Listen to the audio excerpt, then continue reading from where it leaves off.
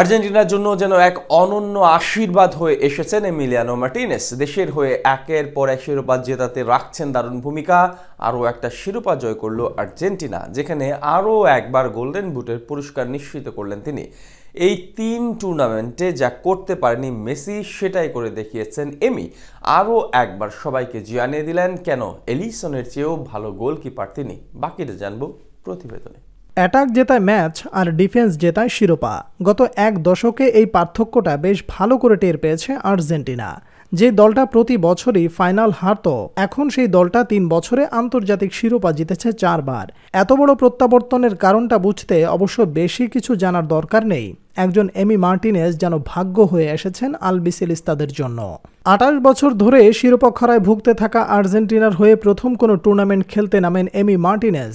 2021 সালে সেই কোপায় স্বাগতিক ব্রাজিলকে তাদের মাটিতে হারিয়ে শিরোপা খরা কাটায় আর্জেন্টিনা। এর মধ্য দিয়ে যেন শুরু হয় তাদের অপ্রতিরোধ্য যাত্রা। এই টুর্নামেন্টে জয়ের অন্যতম কারিগর ছিলেন তিনি। সেমিতে পেনাল্টি শুট আউটে 3টি শট রুখে দিয়ে আলোচনায় আসার পর হয়েছেন টুর্নামেন্টের সেরা গোলকিপার। এরপর ফিনালিসিমা হয়ে ক্লিন শিট রাখেন তিনি।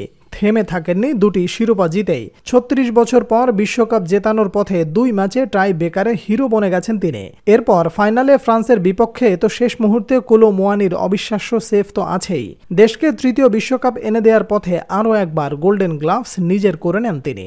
3 টুর্নামেন্টের 3টিতেই জিতে ক্ষান্ত হননি, এবার জিতে নিলেন আরও এক শিরোপা। পুরো আসরে মাত্র 1টি গোল হজম করে আর্জেন্টিনা। এর মাঝে আবারও হিরো হয়েছেন টাই বেকারে। কোয়ার্টার ফাইনালে ঠেকিয়ে দেন 2টি পেনাল্টি।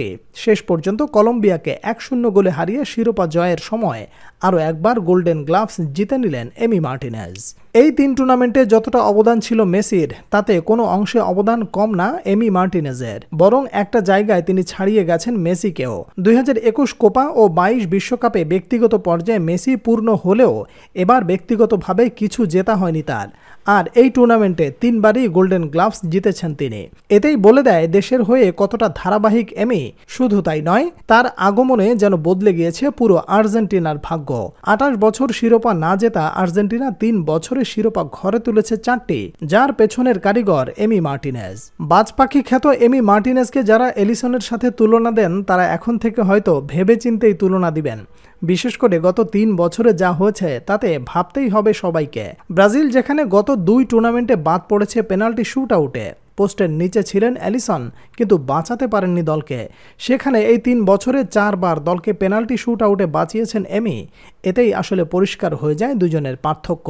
ক্লাবে এলিসন ভালো হলেও দেশের হয়ে এলিসন ও এডারসন মিলেও অর্ধেক যোগ্যতা অর্জন করতে পারেনি এমি মার্টিনেজের।